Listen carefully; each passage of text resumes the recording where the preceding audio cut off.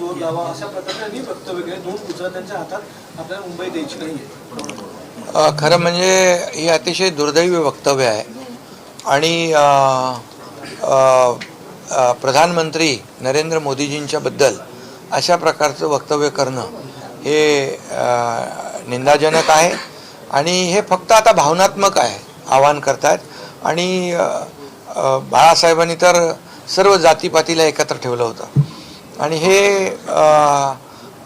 हिंदुत्वामध्येच फूट पाडण्याचा प्रयत्न करतायत. आज या ठिकाणी गुजराती मराठी असतील हे सर्व हिंदू आहेत. मराठी कोण आहे? हिंदू आहे. गुजराती कोण आहे? हिंदू आहे. पण मला तर एवढंच सांगायचं आहे की यामध्ये अशा प्रकारचं भावनिक राजकारण करण्यापेक्षा विकासाचं राजकारण करा ना. एक तरी विकासाचं काम तुम्ही दाखवा.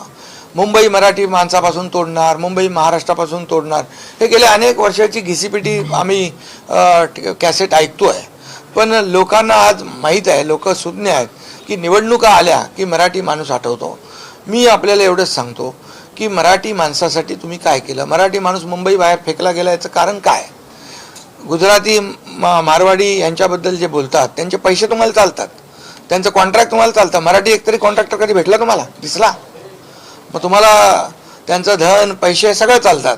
आणि मग अशा प्रकारची जी काही दरी निर्माण करण्याचा प्रयत्न, प्रधानमंत्री मोदीजींवर टीका करण्याचा प्रयत्न, मोदीजींनी तर भरभरून मुंबईला दिला.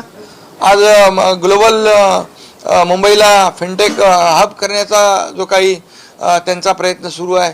कालच नाशिक, अक्कलकोट, सोलापूर 6 पदरी ग्रीनफील्ड रोड जो आहे, गेम चेंजर आपला समृद्धीसारखा, तो दिला. 10 लाख कोटी रुपये या महाराष्ट्राला दिले. आणि मुंबईला देखील, या मुंबईमध्ये जे दिल्लीमध्ये जे काही जे कार्यक्रम आयोजित होतात ते म्हणजे मुंबईच्या दृष्टीने, मुंबईचं महत्त्व लक्षात घेऊन मोदीजींनी मुंबईत आयोजित केले. मुंबई भारताची राजधानी आहे आणि मुंबई मोठी झाल्याशिवाय राष्ट्र मोठं होणार नाही हे त्यांनी ओळखलं आहे. आणि त्यामुळे मुंबई जी आहे राजधानी आहे. मुंबई जगभरातले लोक येतात. काय मुंबईसाठी तुम्ही केलं? साधे STP तुम्ही बांधू शकले नाही. मी मुख्यमंत्री असताना STPचं काम सुरू झालं. मी मुख्यमंत्री असताना खड्डेमुक्त रस्त्याचं, कॉन्क्रीटचं रस्त्याचं काम चालू झालं. मेट्रोला तुम्ही स्टे दिला. काय केलं तुम्ही? तुम्ही एक तरी काम दाखवा. ओसीचं 20,000 इमारतींना OC आम्ही महायुतीने दिल्या. माझ्या नगरविकास विभागाच्या, गृहनिर्माण विभागाच्या माध्यमातून पगडीमुक्त मुंबई करण्यात